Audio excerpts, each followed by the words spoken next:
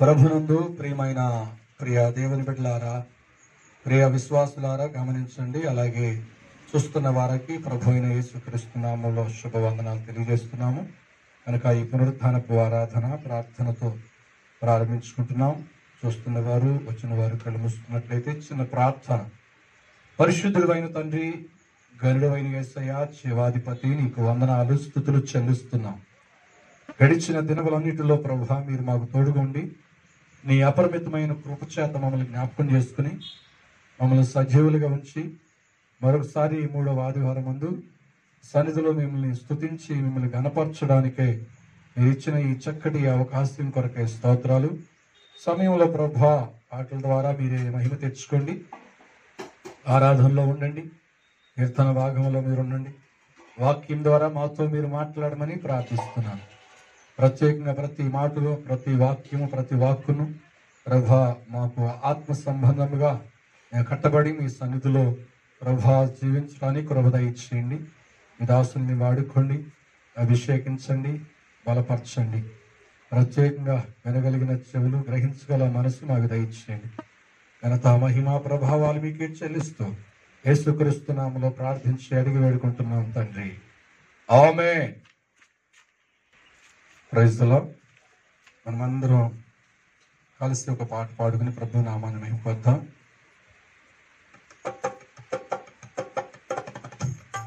కృపా సత్య సంపూర్ణుడా, సర్వలోకానికే చక్రవర్తివి నీవే యేసయ్యా, సర్వలోకానికే చక్రవర్తివి నీవే యేసయ్యా, నా సన్మానానికే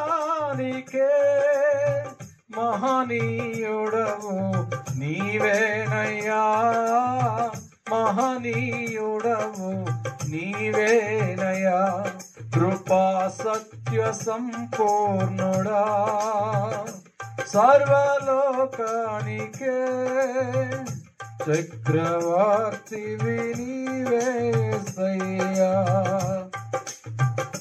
ఎర్ర సముద్రము నీ ఆజ్ఞ మేరకు రహదారిగా మారగా, దాటిరి నీ జనులు బహుక్షేమముగా,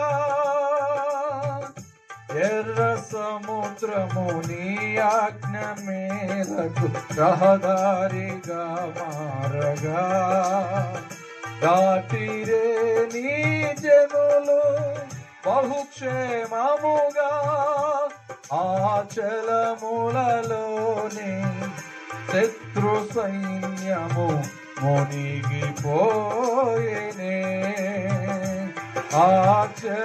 ఆచలములలోనే శత్రు సైన్యము మునిగిపోయేనే, కృపా సత్య సంపూర్ణుడా, సర్వలోకానికే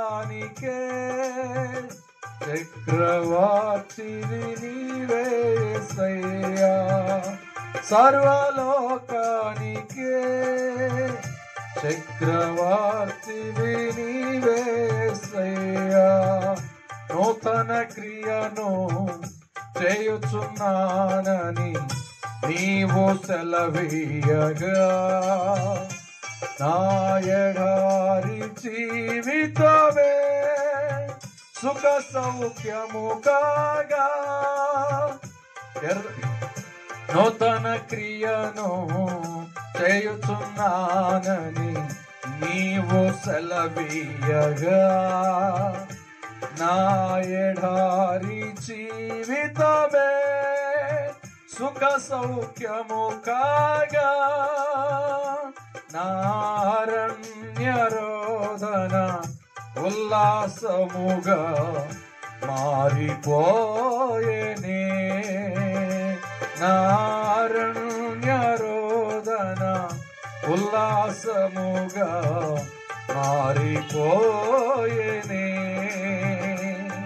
కృపా సత్య సంపూర్ణుడా, సర్వలోకానికే చక్రవర్తివి నీవే యేసయ్యా, సర్వలోకానికే చక్రవర్తివి నీవే యేసయ్యా.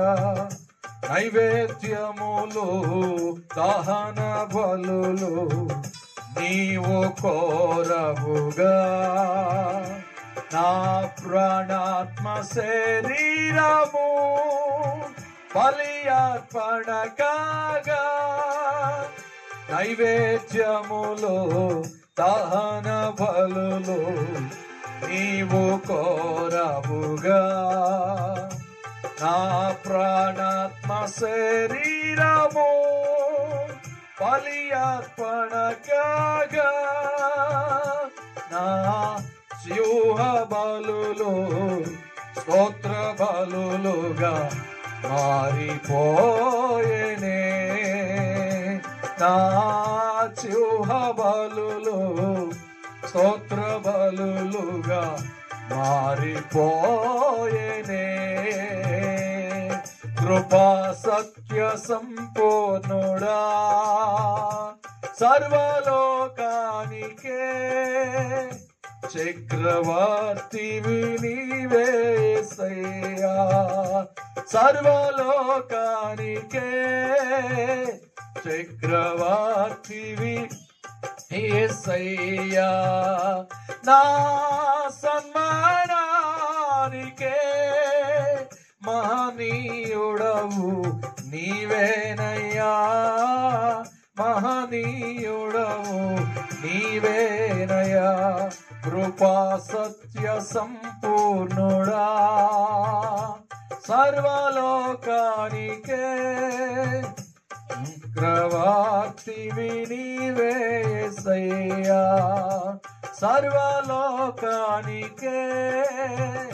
చక్రవర్తివి నీవే యేసయ్యా. హల్లెలూయా, ప్రైజ్ ది లార్డ్.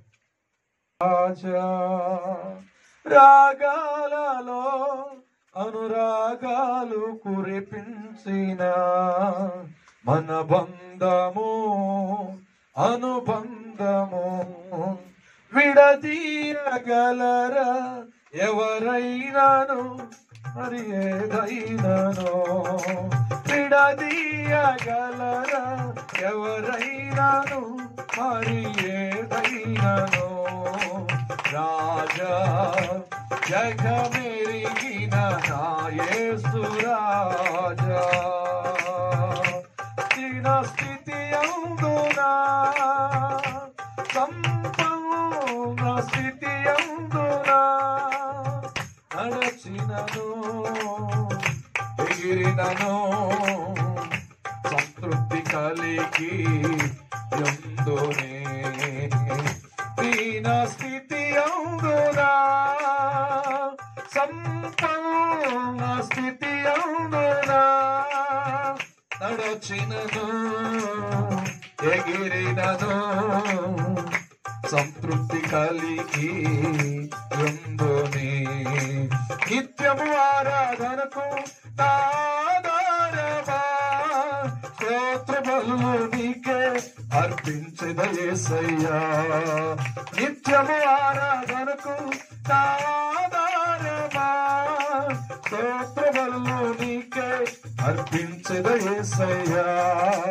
రాజా జగమెరిగిన నా యేసు రాజా, రాగాలలో అనురాగాలు కురిపించిన మన బంధము అనుబంధము విడదీయగలరా ఎవరైనాను, మరి ఏవైనాను విడదీయగలరా ఎవరైనాను, మరి ఏవైనాను. రాజా జగమెరిగిన నా యేసు రాజా, బలహీనతలయందునా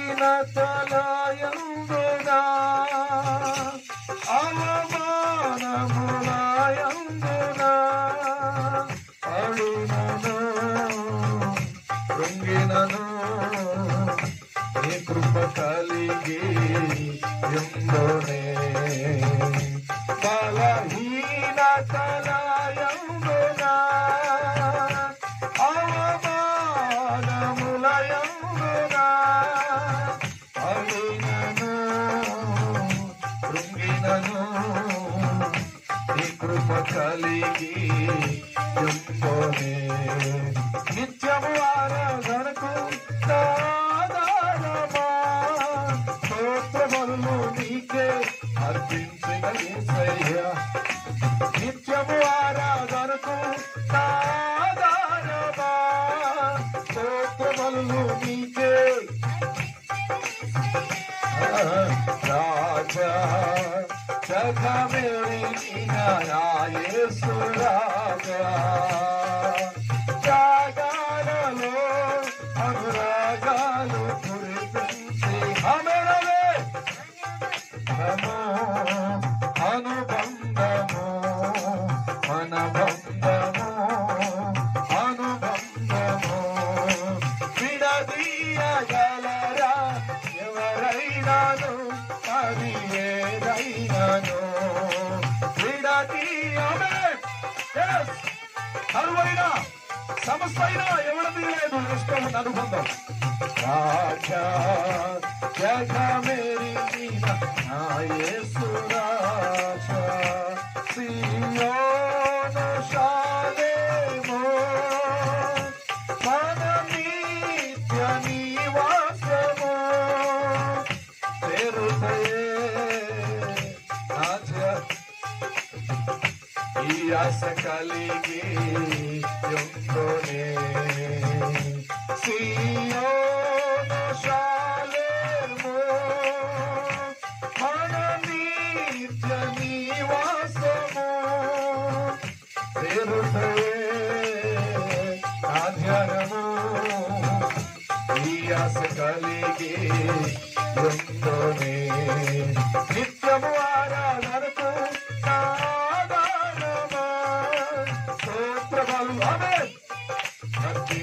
యేసయ్యా నిత్యము ఆరాధనకు ఆధారమా స్తోత్రములు నీకే అర్పించిన యేసయ్యా ఆరాధన ఎరిగిన నా యేసు రాజా రాగాలలో అనురాగాలు కురిపించిన అనుబంధము అనుబంధము అనుబంధము అనుబంధము విడదీయగలరా ఎవరైనాను అది ఏదైనాను ఆమె విడదీయ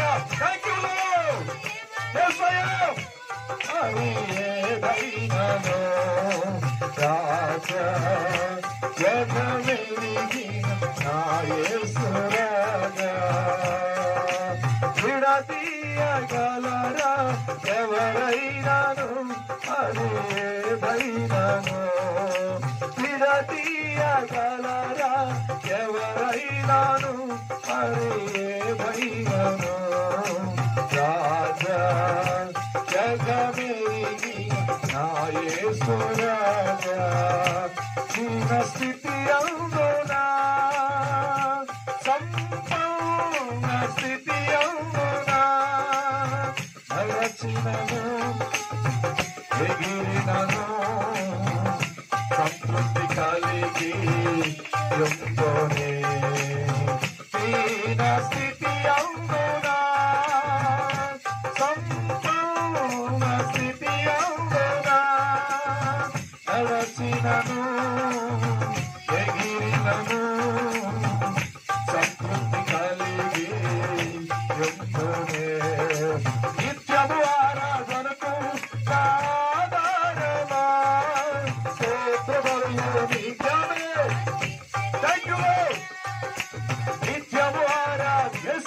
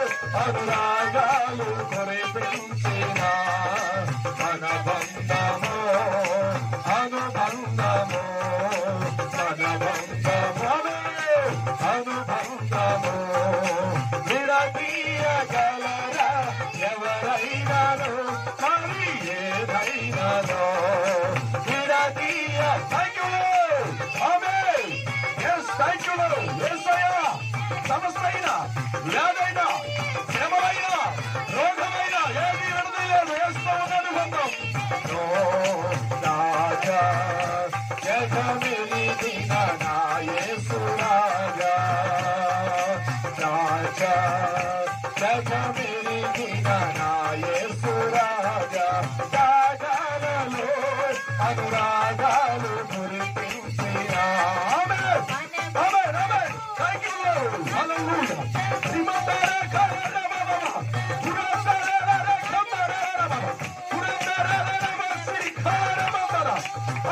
Thank you, Jesus. Thank you, Lord. Reynano, Marie, Reynano. Vidadia galara, Yavaraina. Amen. Thank you, Lord. Thank you, Jesus. Namo, Anubandamo, Anubandamo, Anubandamo, Anubandamo, Anubandamo. గలరా ఎవరైనాను మరి ఏదైనాను విడదీయ యేసయ్యా థాంక్యూ లార్డ్ నీవు నాకుండగా గలరా గట్టిగా చప్పట్లు కొట్టు ఆనందిస్తూ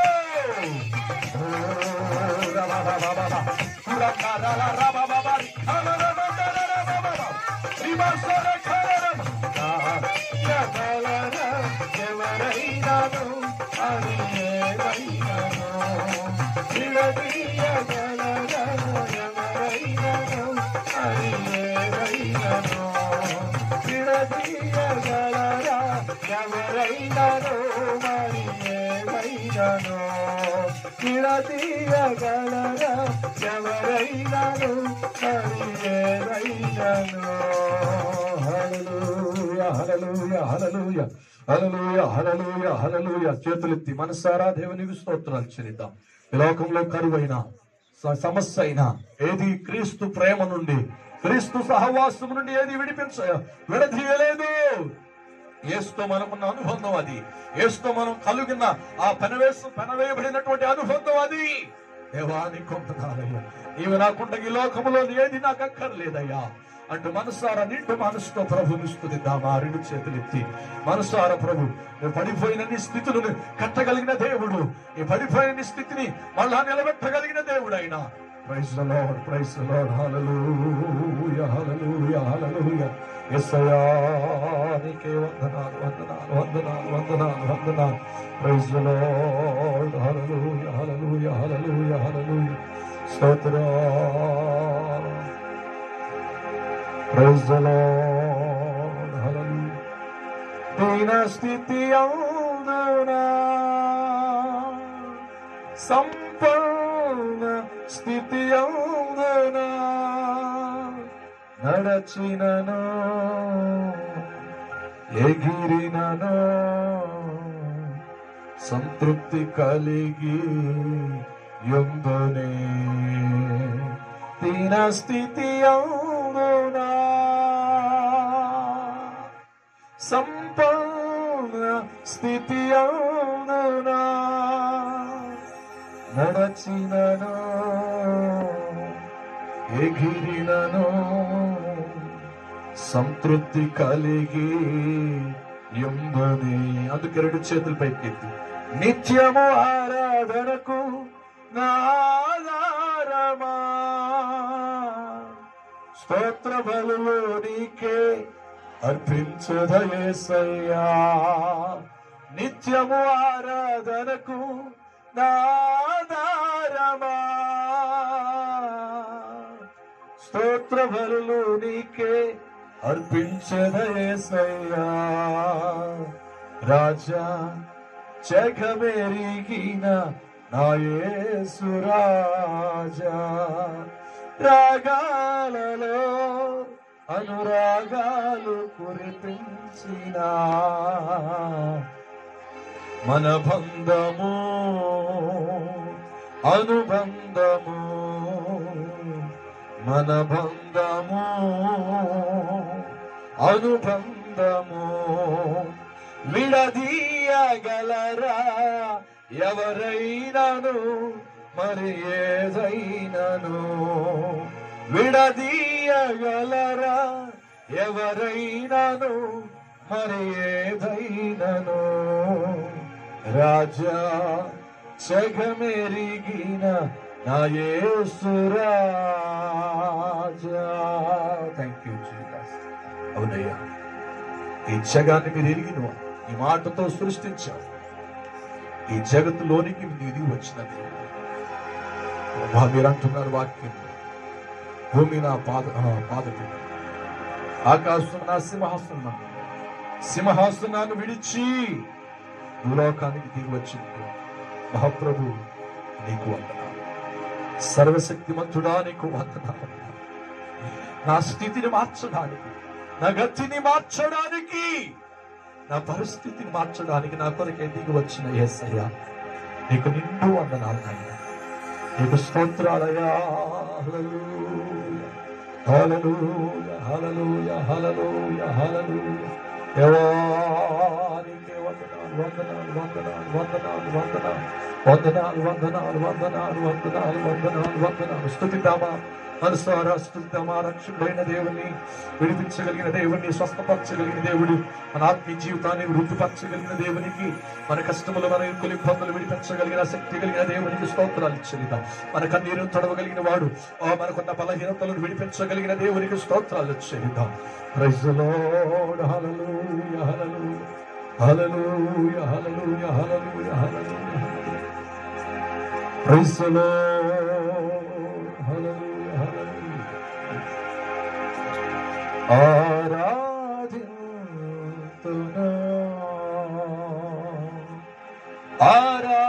ఆరాధింతునా, ఆరాధింతునా. రెండు చేతులు పైకెత్తి ఆరాధింతునా. రాజువు నీవే, నా తండ్రివు నీవే, రాజువు నీవే, నా తండ్రివు నీవే. నిన్ను విడువను ఎడబాయను, నిన్ను విడువను ఎడబాయను. కలములతో రాయగలమా, కవితలతో వర్ణించగలమా, కలలతో వివరించగలమా నీ మహోన్నత ప్రేమను. రెండు చేతులు పైకెత్తి ఆరాధింతునా, ఆరాధింతునా,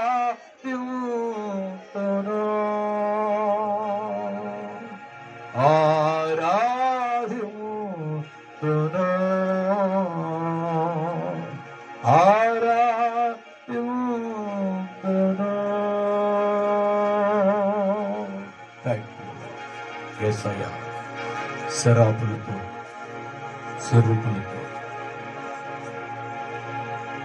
రాత్రి పగలు మానక స్తుతించబడుతున్న యేసయ్య, ఆకాశాన్ని, భూమిని, గొప్పలను స్తుతిస్తున్నాయి. ప్రభువా, నీవే పాటి వారు ఎందుకు పనికిరాని మమ్మలను ప్రభా నీ చిత్తంలో మమ్మల్ని మలుచుకుని మాకు రక్షణ వాక్యం ఇచ్చారు. స్తుతించే వాక్యం, దేవదూతలకు లేని వాక్యాన్ని మాకు ఇచ్చారు. అందుని బట్టి నీకు వందనాలు. యేసులో ప్రార్థన చేద్దాం. పరిశుద్ధుడు అయిన యేసయ్య, ఉన్నతమైన రాజా నీకు వందనాలు. ఇంతవరకు పాటల్లోనూ అలాగే నాయన కీర్తన భాగంలోనూ మీరే ఉండి నడిపించారు. ఇప్పటి వరకు చేసిన కొద్ది స్తుతి ఆరాధనలో ప్రభువా మీరుండి మహిమ తెచ్చుకున్నందుకు, ప్రభువా మీ బిడ్డలు ఏదైతే విరిగిన మనసుతో నిన్ను అడిగి ఉన్నారో ఈ ఆరాధనలో అట్టి వారికి వారి హృదయ వాంఛలను మీరు తీరుస్తున్నందుకు వందనాలు. యథార్థంగా ఎవరైతే ఆరాధిస్తారో ఉన్నటువంటి వారు, చూస్తున్నవారు, అట్టి వారికి యేసు నామములో బలమైన కార్యాలు యేసు నామములో జరుగునుగాక. కృప దయచేయండి ప్రభువా. మీ దీన దాసునైనా నన్ను నిలబెట్టుకోండి, వాడుకోండి. వాక్యం ద్వారా మాతో, నాతో, అందరితో మాట్లాడండి. సమస్త ఘనత మహిమ నీకే చెల్లిస్తూ యేసు క్రీస్తు వారి యొక్క పుణ్యనామములో ప్రార్థన చేసి అడిగి వేడుకుంటున్నాము తండ్రి. ఆమేన్. కూర్చుందాం. Praise the Lord. వాక్యంలోకి వెళదాం. పరిశుద్ధ గ్రంథమైన బైబిల్లో నుండి నిర్గమాకాండం 25వ అధ్యాయం 6వ వచనాన్ని మనం చదువుకుందాం.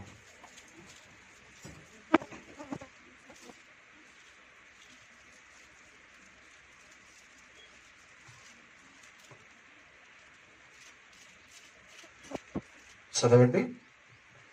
28వ అధ్యాయం నిర్గమాకాండము 6వ వచనం.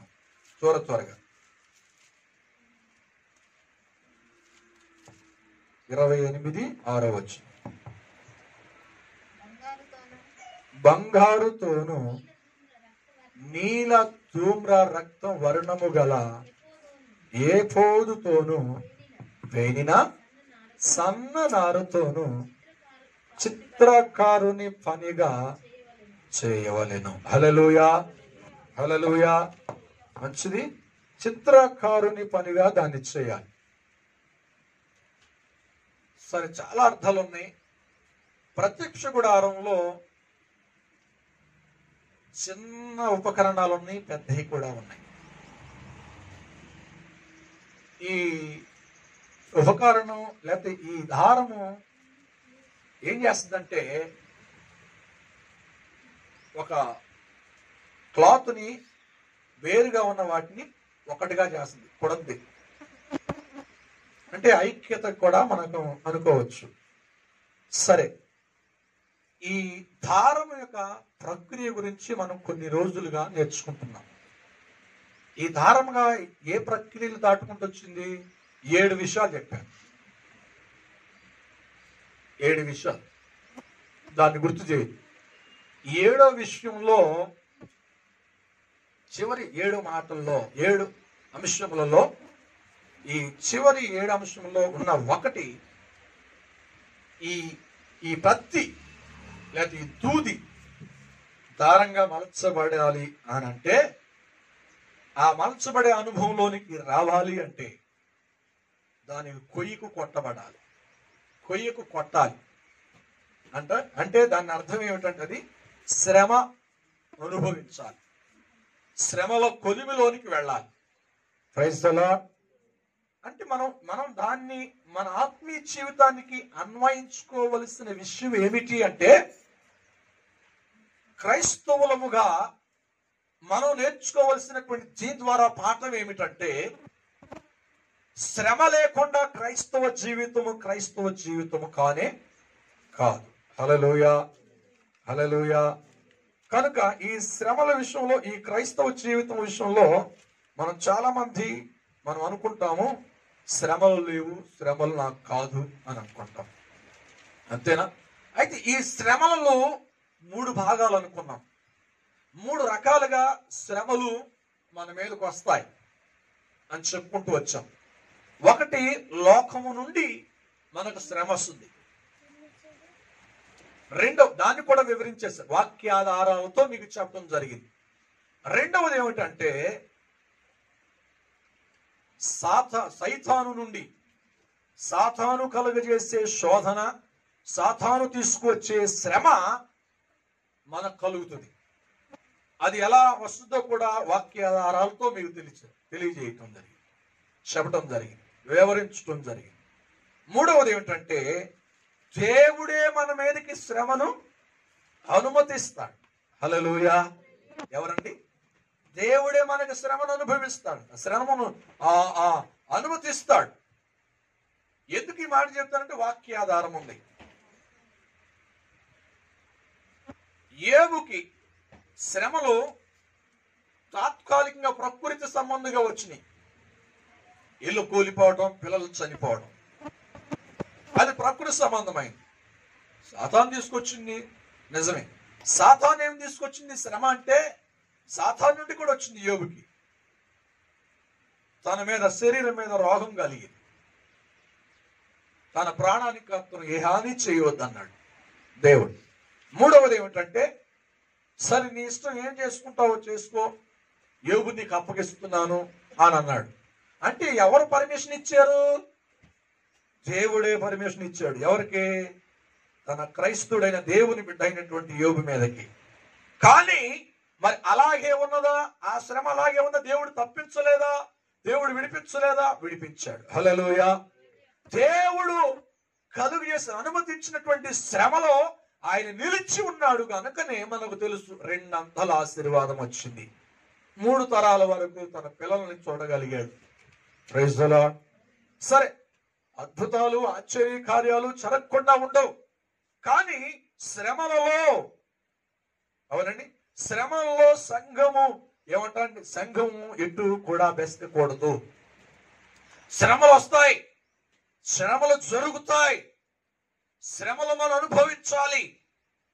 మరి శ్రమలు ఎందుకండి, శ్రమలు ఎందుకు వస్తాయి అని మనం ప్రశ్నించవచ్చు. ఏమండి, కుమారుడినంట తండ్రి ప్రేమిస్తే ఏం చేస్తాడు? చెడు మార్గంలో వెళ్తుంటే గుర్తు పెట్టుకుంటాడా? సంకనెత్తుకుంటాడా? ఏం చేస్తాడండి? ఏం చేస్తాడు? గద్దిస్తాడు, శిక్షిస్తాడు. గద్దిస్తాడు, గద్దికి లోబడకపోతే ఏం చేస్తాడంటండి?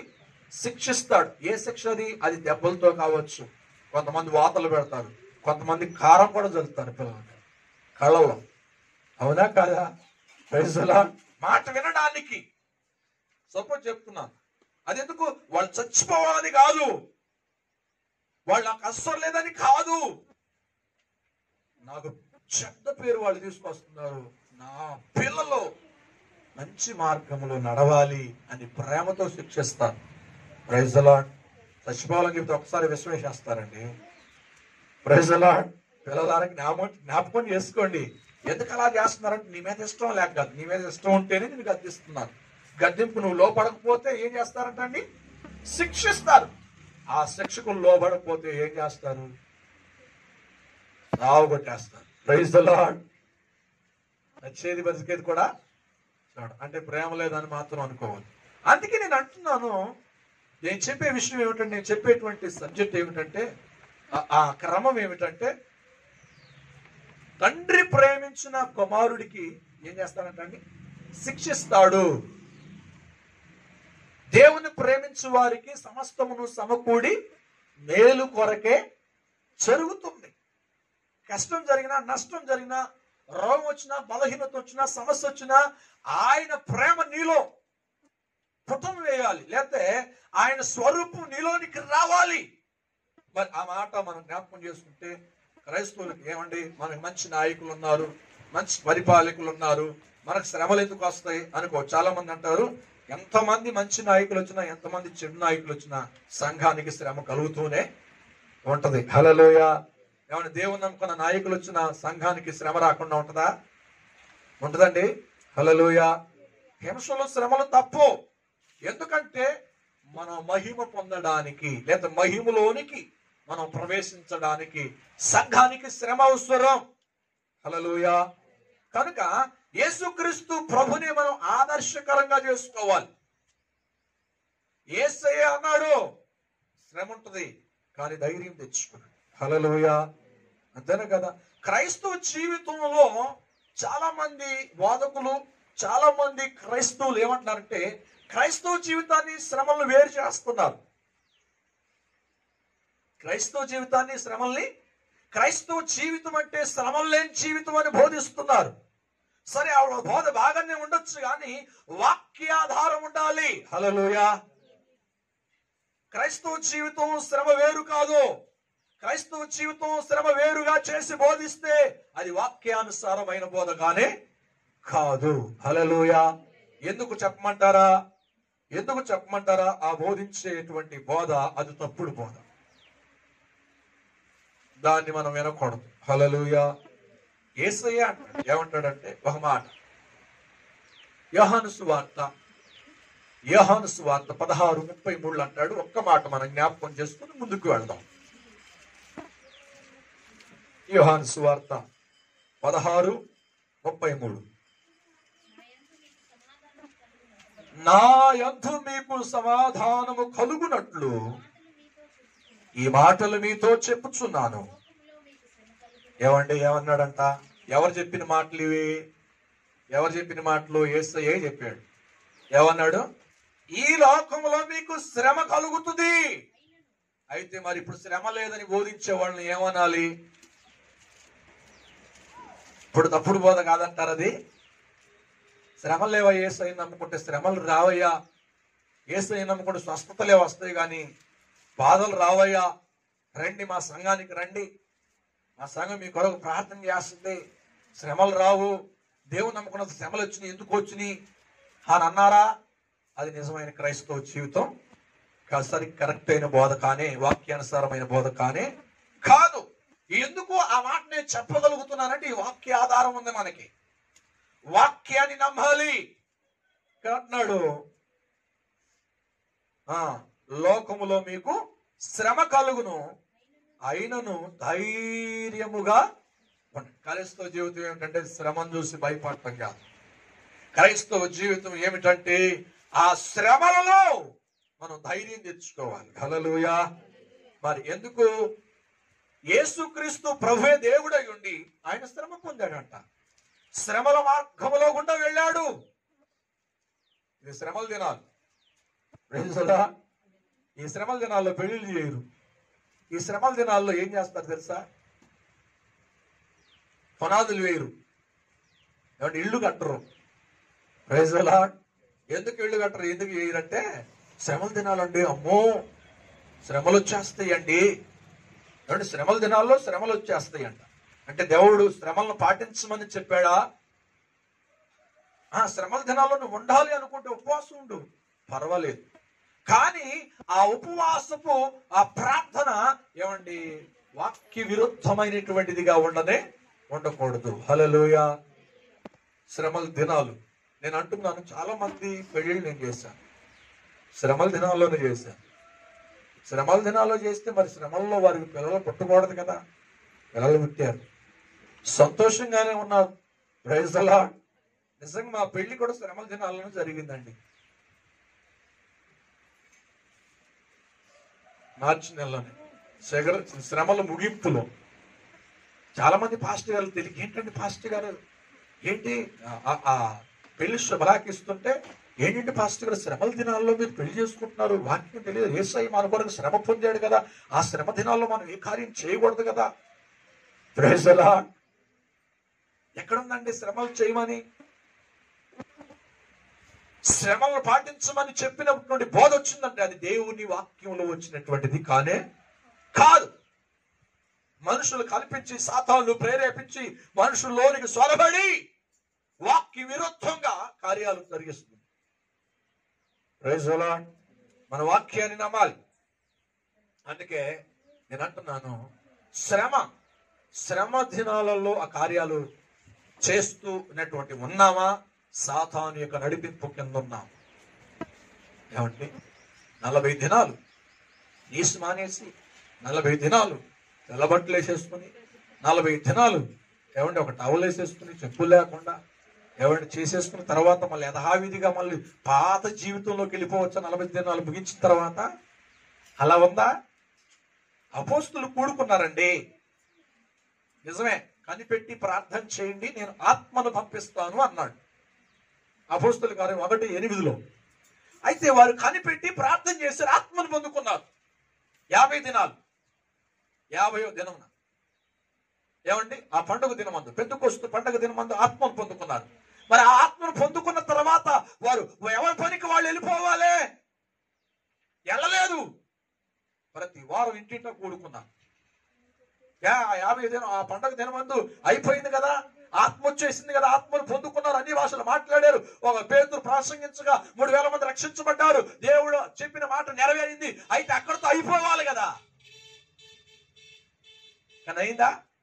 ప్రతి వారం కూడుకుని ఇంటింటా రొట్టె విరిచాను అని బైబిల్లో ఉంటుంది. సంఘం ఆ శ్రమల్లో విస్తరించబడింది అని ఉంటుంది. Praise the Lord. అంటే ఒక 40 రోజులకి, ఒక 20 రోజులకి శ్రమలు పాటించమని బైబిల్లో లేదు. ఒకవేళ పాటిస్తున్నావా, నువ్వు తప్పుడు బోధలకు వెళుతున్నావు. అపవాది ఏదో రకంగా నీ మైండ్ ని ఏం చేస్తున్నట్టండి, డైవర్ట్ చేస్తుంది. Praise the lord.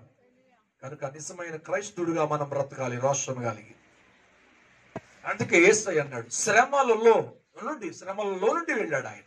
యెషయా గ్రంథం మనం చూస్తే, యెషయా గ్రంథం 53:3 చక్కగా రాస్తాడు, క్రీస్తుకి పూర్వం, క్రీస్తు శకం, క్రీస్తు పూర్వం అంటే క్రీస్తు పూర్వం 700 సంవత్సరాల క్రితం రాయబడినటువంటి ఈ యెషయా గ్రంథం చదివితే మనం జ్ఞాపకం చేసుకుందాం. యెషయా గ్రంథం 53:3 మనం చదువుదాం. యేసయ్య ఎన్ని శ్రమల గుండా వెళ్ళాడు. అక్కడ యేసుక్రీస్తు రాక మునిపే ఆయన శ్రమల గురించి భక్తుడైనటువంటి ప్రవక్త అయినటువంటి యెషయా వివరిస్తూ ఉంటాడు పరిశుద్ధాత్మ ప్రేరణ ద్వారా. చదువుదాం. యెషయా గ్రంథం 53:3. అతడు తృణీకరింపబడిన వాడు ఆయను, మనుషుల వలన విసర్జించబడిన వాడు ఆయను, వ్యసనక్రాంతుడుగాను వ్యాధిని అనుభవించిన వాడుగాను మనుషుడు చూడాలని వాడిగా ఉండిపోయాడు. అతడు తృణీకరించబడిన వాడు కనుక మనము అతన్ని ఎన్నిక చేయలేకపోయాము. నిశ్చయముగా అతడు మన రోగములు భరించెను, మన వ్యసనములను వహించెను, అయినను మొత్తబడిన వాడిగా ఉన్నాడు. ఎవరి వలన అంటండి? ఎవరు అనుమతించారంట యేసుక్రీస్తు ప్రభుకి?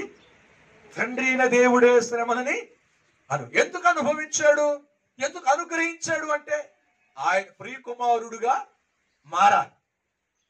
ఆయన ప్రియకుమారుడుగా పిలిచాడు.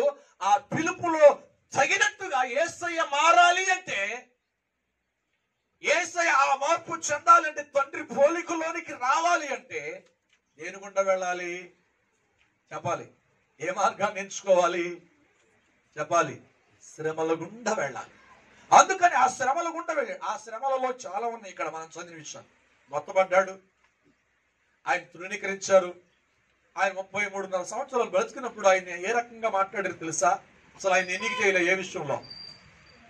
త్రాగుబోతుల దగ్గరికి వెళ్ళి సువార్త ప్రకటిస్తుంటే త్రాగుబోతులు అన్నారు. ఆయన వ్యభిచారుల దగ్గరికి వెళ్ళి ఆయన వాల్ చేస్తుంటే సమరయ స్త్రీ దగ్గరికి వ్యభిచారి అని అన్నారు. ఆ రకంగా ఆ పేర్లు యేసయ్యకు వచ్చింది. ఎవరికి ఇంటి వాళ్ళ దగ్గర నుండి ఏది కూడా పేరు ఆయనకి లేదు. ఆయన పుట్టినూరులో కూడా ఆయనకి పేరు ఘనత ఏమీ లేదు. చివరికి చనిపోయేటప్పుడు అయినా ఆయన గురించి ఒకవేళ గొప్ప విషయంగా ఒక సాక్ష్యం ఉంటుందా అంటే లేదు. అక్కడ ఉన్న దొంగ కూడా ఏం చేస్తాడంటండి? ఆయన దూషిస్తాడు. దెబ్బలు అనుభవించాడు. మంట, బాధ. ఏ పాపం చేశాడని ఆయనకు అంత బాధ?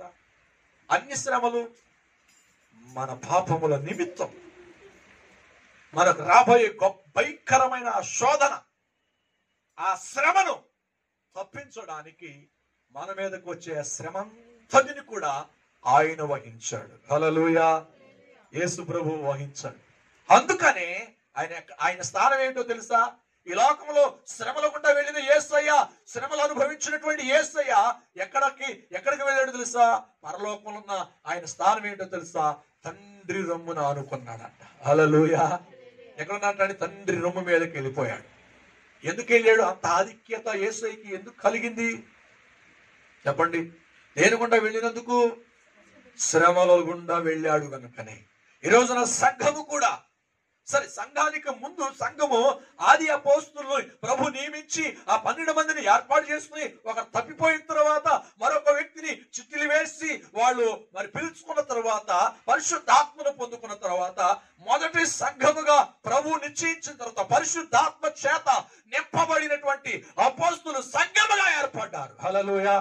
సరే, వాళ్ళైనా కానీ ప్రభువా మేము ఆ బాధలు మాకు వృత్తులను అన్ని విడిచిపెట్టి వచ్చామయ్యా, నేను మీ కొరకు బ్రతుకుతామయ్యా అని అనుకుని తీర్మానం చేసుకున్న తర్వాత వాళ్ళైనా చక్కగా ఉన్నారా అంటే వాళ్ళు చక్కగా లేరు.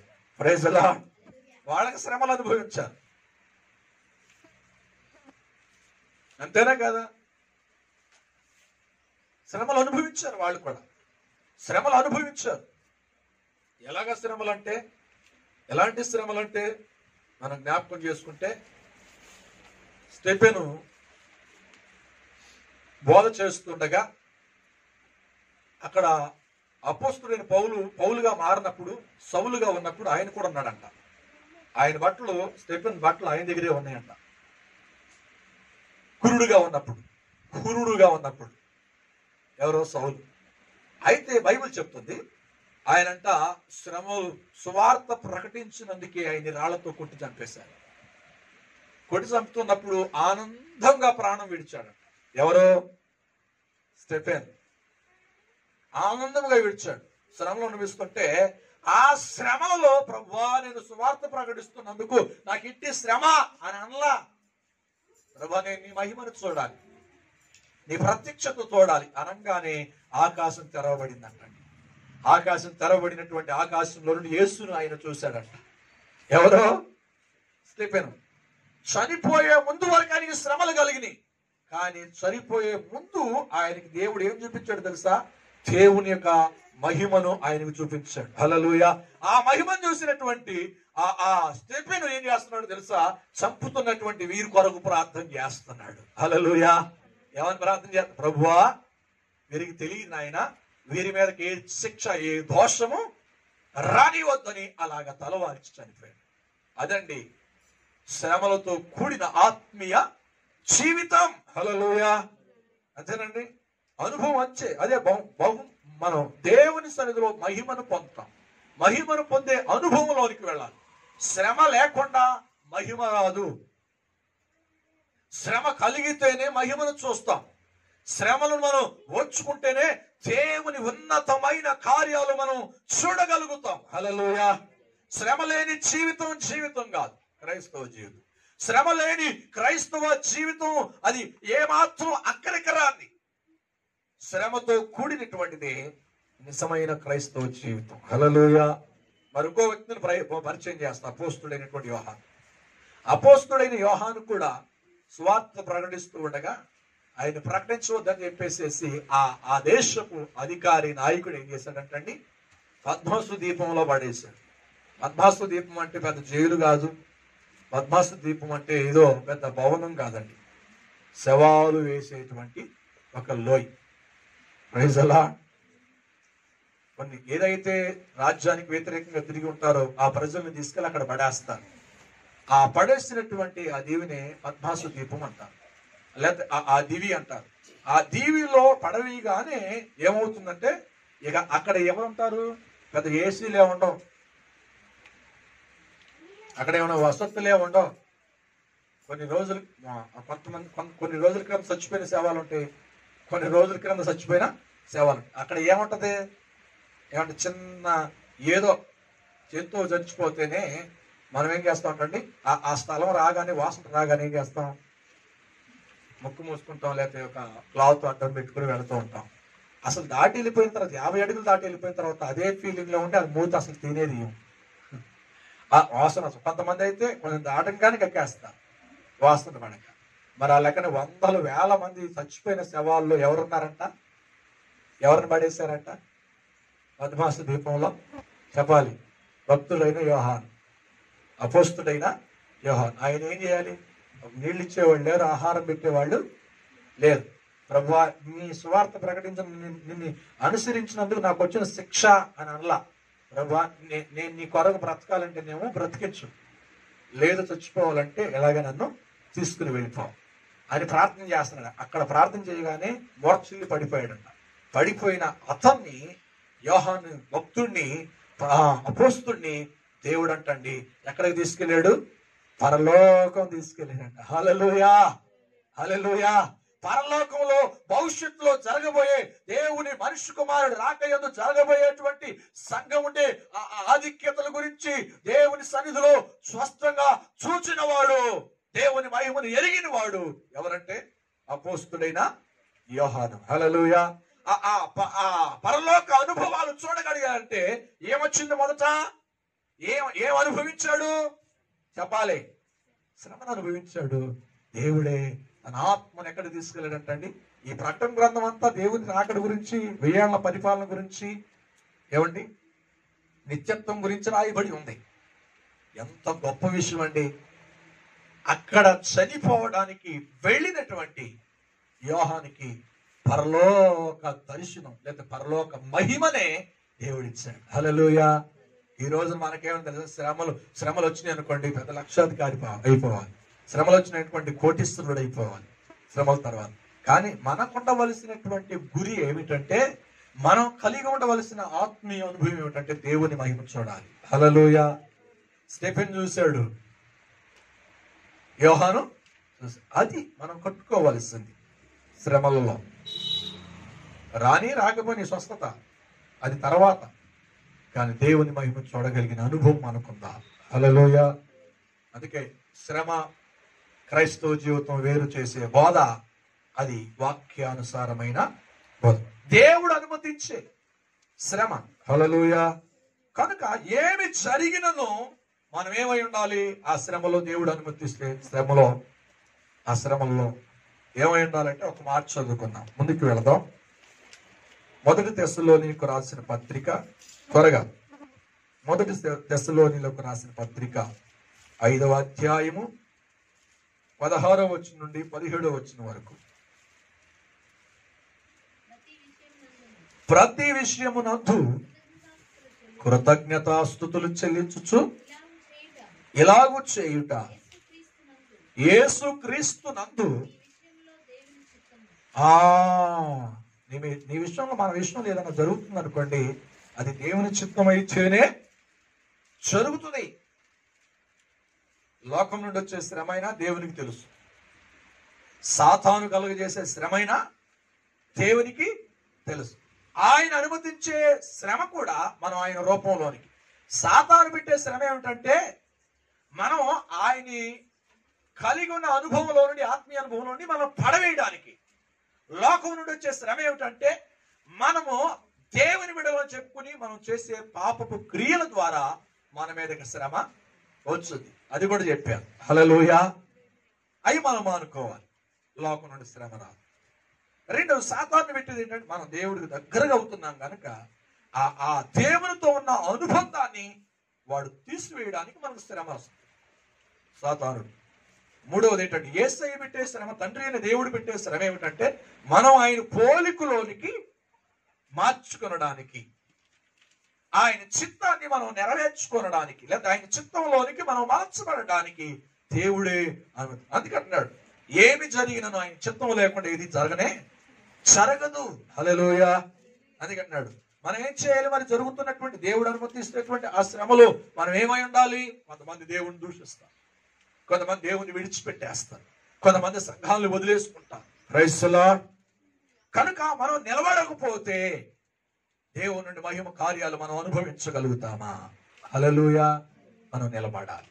దేవుడు అన్నాడు, ధైర్యంగా ఉండండి, లోకంలోనికి శ్రమ కలుగుతుంది, అయినను మీరు ధైర్యం తెచ్చుకోండి, నేను లోకమును జయించి తిని మీరును లోకమును జయించాలి. హల్లెలూయా. అది శ్రమల్లో మనం నిలబడే జీవితం. అందుకన్నాడు, ఏమి జరిగినను, ఏది జరుగుతున్నను మనం ప్రభు కొరకు నిలబడితేనే అది నిజమైన ఆత్మీయ జీవితంలో మనం కట్టబడుచున్నాము. హల్లెలూయా. హల్లెలూయా. కనుక దేవుని సన్నిధిలో ఒక మాట చదువుదాం, ముందుకు వెళదాం.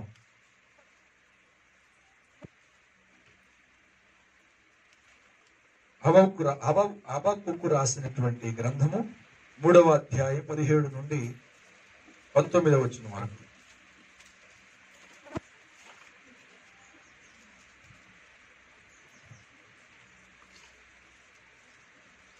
హబక్కూకు రాసిన గ్రంథం 3వ అధ్యాయము 17వ వచనం నుండి 19వ వచనం వరకు చక్కటి మాటలు రాస్తాడు. చదువుదాం.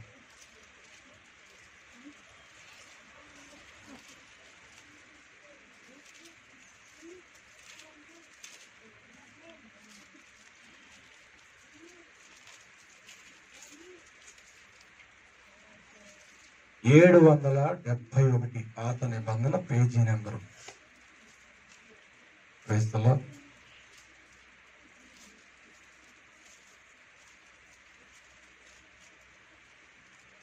ఇటు 72వ పేజీ నెంబరు చదవండి. 17వ వచనం నుండి 19వ వచనం వరకు చదువుకుందాం. చదవండి. 3వ అధ్యాయము 17వ వచనం నుండి 19వ వచనం వరకు. అంజూరపు చెట్టు పూయకున్నను, ద్రాక్ష చెట్టు ఫలింపకపోయినను, ఒలీవ చెట్లు కాపు లేకపోయినను, చేనులోని పైరు చేతికి రాకపోయినను, గొర్రెలు దొడ్డిలో లేకపోయినను, శాలలో పశువులు లేకపోయినను, నేను యెహోవా యందు ఆనందించదను, నా రక్షణకర్త అయిన నా దేవుని యందు నేను సంతోషించదను. హల్లెలూయా. అది మనం చేయవలసింది. దేవుడు అనుమతించే శ్రమల్లో నిందించకుండా, అవమానపరచకుండా మనం చేయవలసింది 3. 1 సంతోషంగా ఉండాలి, 2 ప్రార్థన చేసేవారిగా ఉండాలి, 3 కృతజ్ఞతాస్తుతులు. ఇక్కడ చదువుకున్నాం కదా, 1 తెస్సలోనికి రాసిన పత్రిక 5వ అధ్యాయం. ఇవన్నీ జరుగుతున్నప్పుడు ఏం కలిగి ఉండాలంటండి? కృతజ్ఞత. అన్ని విషయంలో కృతజ్ఞతాస్తుతులు అర్పించే వారిగా ఉండాలి. Praise the Lord. కనుక వీటిని గురించి వివరించాలంటే గంట సేపు పడుతుంది. ఈ 3-4 విషయాలు. 1 చెప్పండి, ద్రాక్ష చెట్లు, అంజూరపు చెట్లు పూయకపోయినా, ద్రాక్ష చెట్లు ఫలించకపోయినా, ఒలివ చెట్లు కాపు లేకుండాను, చాలలోని పైరు పంటకు రాకపోయినను, దొడ్లలో గొర్రెలు దొడ్లో లేకపోయినను, శాలలో పశువులు లేకపోయినను ఏమంటున్నాడు భక్తుడు? నేను ఆనందిస్తాను. హల్లెలూయా. నా రక్షణకర్త అయిన నా దేవుని యందు నేను సంతోషము కలిగి ఉంటాను. ఈ చాలా అనుభవాలు ఉన్నాయి. అంజూరపు చెట్టు అంటే దేనికి సాదృశ్యం? ఏమండి? ద్రాక్ష చెట్లు అంటే దేనికి సాదృశ్యం? ఒలీవ చెట్టు. అందుకంటాడు ఇందాడు చదివే కీర్తన గ్రంథంలో, కీర్తన భాగంలో, యెహోవా యందు భయభక్తులు కలిగి ఉండి నీ లోగిట నీ భార్య ద్రాక్ష చెట్టు వలె, నీ పిల్లలు నీ భోజనపు బల్ల చుట్టూ ఎలా ఉంటారంట? ఒలీవ చెట్లు వలె ఉంటారు. అంతేనే కాదా? Praise the Lord. ఇది చాలా అనుభవాలు. వచ్చే వారం మనం మాట్లాడుకుందాం. ఆ అనుభవాలు మనం ఏం కలిగి ఉండాలి? శ్రమలలో దేవుడు అనుమతించిన, సాతాను తీసుకొచ్చిన, లోకం నుండి శ్రమ కలిగిన, అది మన జీవితంలో మనం దేవుడు అనుమతించే శ్రమల్లో మనం నిలిచే వారిగా ఉన్నప్పుడు మన మహిమను చూస్తాం. హల్లెలూయా. మహిమ కొరకు మనం సిద్ధపరచబడతాం. ఆ మహిమ కలిగిన ఆ రాకడ కొరకు, ఆ ఆగమన రాకడలో మనం ఎత్తబడటానికి, మహిమ ప్రదేశమైన పరలోకంలో మనం ఉండడానికి అవకాశం ఉంటుంది. హల్లెలూయా. కనుక ఈటి మాటలు దేవుడు మన వెనుకల్లో దీవించి ఆశీర్వదించునుగాక. ఆమేన్. ప్రార్థన చేద్దాం. తలలు వంచుదాం. పరిశుద్ధుడు అయిన తండ్రి, గనుడు అయిన యేసయ్యా, నీకు వందనాలు. ఈ మధ్యాహ్న సమయంలో ఈ రీతిగా మీ పాద సన్నిధిలో ప్రభా నీ వాక్కులు వినడానికి, నీ వాక్యాన్ని మేము ఆలకించడానికి మీరు ఇచ్చిన సమయం కొరకు వందనాలు. ఈ దాసులలో నుండి మాతో మీరు ఏటగా శృతిగా మాట్లాడారు. నిర్గమాకాండము 28వ అధ్యాయము ఆయన 6వ వచనంలో ఆ నూలి దారం, దాని ప్రక్రియలు 18 వచ్చింది. పత్తి నాయన పగలే అనుభవం కావాలి. పగిలిన పత్తుల నుండి తెలుపు అనే పరిశుద్ధత జీవితం మేము కలిగి ఉండాలి అని ప్రభా మీరు స్పష్టంగా మాట్లాడారు. ప్రభా ఆధారంగా మలచబడాలంటే 7వది ఆయన అది కొయ్యకు కొట్టబడాలి, అనగా శ్రమించబడాలి. ఈ రోజున మేము శ్రమలను అనుకోకుండా ప్రభా ఈ లోకం నుండి వచ్చే శ్రమ, సాతాను నుంచి కలిగే శ్రమను మేము తట్టుకుని నిలబడి మీరిచ్చే శ్రమలు కూడా ప్రభా మీ రూపంలోనికి మేము మార్చబడి నీ మహిమను చూసేవారిగా కొంతమంది భక్తులు మీరు గుర్తు చేశారు. కనుక ఈ రోజున మనం ప్రభు వాక్యం ద్వారా మమ్మల్ని కట్టినందుకే స్తోత్రాలు. శ్రమ ప్రభాది మేలు కొరకే, శ్రమ ఆత్మీయ జీవితంలో స్థిరపడటానికి, ఆ శ్రమను ఆయన నీ పోలికలోనికి మేము మార్చబడటానికి ఆయన ప్రభు మేము గుర్తెరిగి ముందుకు వెళ్ళటానికి సహాయం చేయండి. ఆయన ప్రభు భక్తుడైనటువంటి అపోస్తులైన పౌలు అంటున్నాడు తండ్రి, మొదటి తెస్సలోనిక పత్రిక 5:17 వచనంలో, అంటే 16-17 వచనంలో, ఇదిగో ప్రభు ఏం జరిగినను నీకు కృతజ్ఞతా స్తుతులు మేము చెల్లించే వారిగా ఉండాలని. అలాగే హబక్కుకు అంటాడు, ప్రభు పొలంలో పంట చేతికి రాకపోయినా పశువుల దొడ్లు లేకపోయినా, అలాగే ద్రాక్ష చెట్లు లేకపోయినా, అంజూరు చెట్లు కాపుకు రాకపోయినను ప్రభా నేను యెహోవా యందు ఆనందించదను అన్నాడు. వాటిలో ఉన్నటువంటి ప్రభు విలువలు, ఆ ద్రాక్ష చెట్లో ఉన్న విలువలు, అలాగే అంజూరు చెట్లో ఉన్న విలువను ప్రభా మీరు తేటగా ప్రభా అది ప్రభు మాతో స్పష్టంగా మీ ఉపదేశం ద్వారా మాతో మాట్లాడండి.